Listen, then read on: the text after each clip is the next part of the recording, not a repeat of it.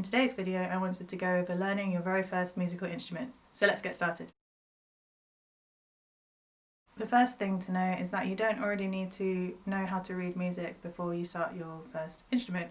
And for adult learners, it doesn't matter if you have no prior musical experience either. If you're starting completely from scratch, you can pick up an instrument at any age as long as you have the right level of motivation and dedication, which leads on to learning a new instrument. Is kind of like learning a new language. You need to be able to learn how to read the music, you need to learn some new terms. In the long term, it requires thinking about intonation, how you want to shape and phrase the music so that it has meaning to both yourself and also the people listening. Even for me, after learning piano for 20 years now, it's something that I still feel like I haven't mastered and there's a lot left to still learn. But that's kind of the fun of it. There's no hard or fast rule for how much you should practice or how often to practice each week.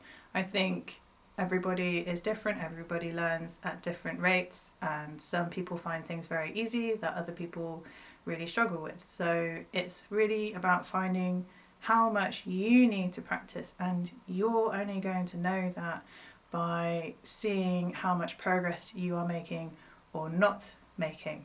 So if you're going to your lessons every week and you feel like you're stuck on the same thing for weeks and weeks and weeks, and the teacher's just always telling you the same stuff every week, then it's quite likely that you need to squeeze in a bit more practice each week so that you can start to see some progress. I think it's really important for everybody to have a teacher at some point. You don't necessarily have to start with one, and neither do you have to continue with one, but I think having a bit of guidance along your journey of learning an instrument is really, really helpful. It's also a really good way of receiving feedback about how you play, which is usually one of the best ways of improving over time. It's also good to find a teacher that suits you and what you want to learn. So have a think about what kind of things you want to learn, what kind of pieces you'd like to play. Do you want to do classical pieces, jazz, blues, pop? So there are obviously music teachers that will cover all of those things, but I think a lot of music teachers tend to be stronger in one area over the other.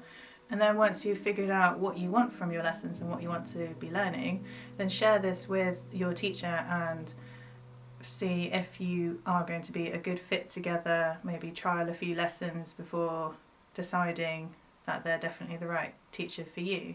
Now, I could have added loads of other points, but I think what I mentioned today were the main things to consider when you are thinking about taking on a new instrument before you've even started to do it. So I hope you found it useful, and I will see you all next time.